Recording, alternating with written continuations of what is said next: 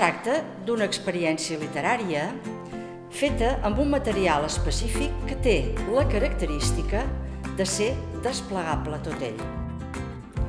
L'objectiu és que l'infant se situï als llocs on va viure, treballar i escriure Miquel Martí i Pol a través de la seva poesia i que conegui i assaboreixi aspectes de la trajectòria de l'escriptor.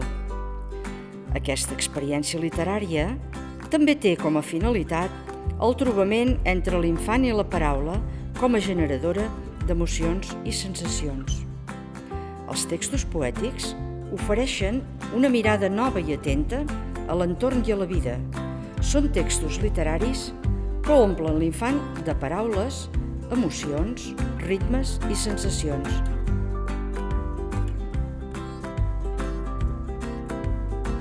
Tot i que la proposta es presenta com un tot, sí que en les diferents activitats es treballen diferents habilitats. Habilitats sensorials, com escoltar i mirar, habilitats comunicatives, com parlar o recitar, i fins i tot activitats motrius com desplaçar-se dins la casa del poeta fent una petita ruta literària. I tot això acabant amb la participació en una petita activitat de joc poètic. Aquesta proposta serveix per donar la benvinguda als infants, bo i presentant-los alguns aspectes de la figura i l'obra de Miquel Martí i Pol. Amb aquest material s'aconsegueix una experiència escènica que connectarà amb la sensibilitat infantil.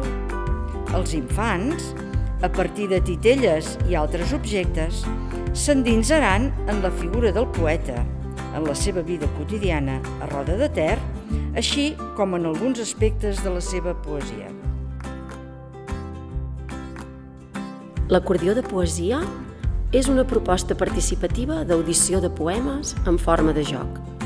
Els infants escoltaran, asseguts en rotllana, alguns fragments de l'obra de Miquel Martí i Pol i els hauran de fer correspondre amb les imatges de l'acordió.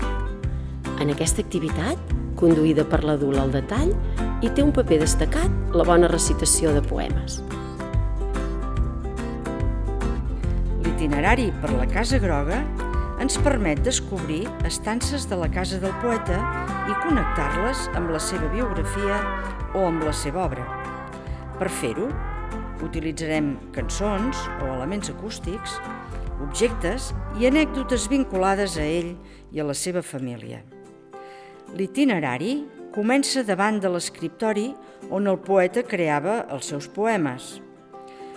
Continua fent un petit camí per la cuina-menjador, el terrat des d'on es veu la fàbrica i el carrer.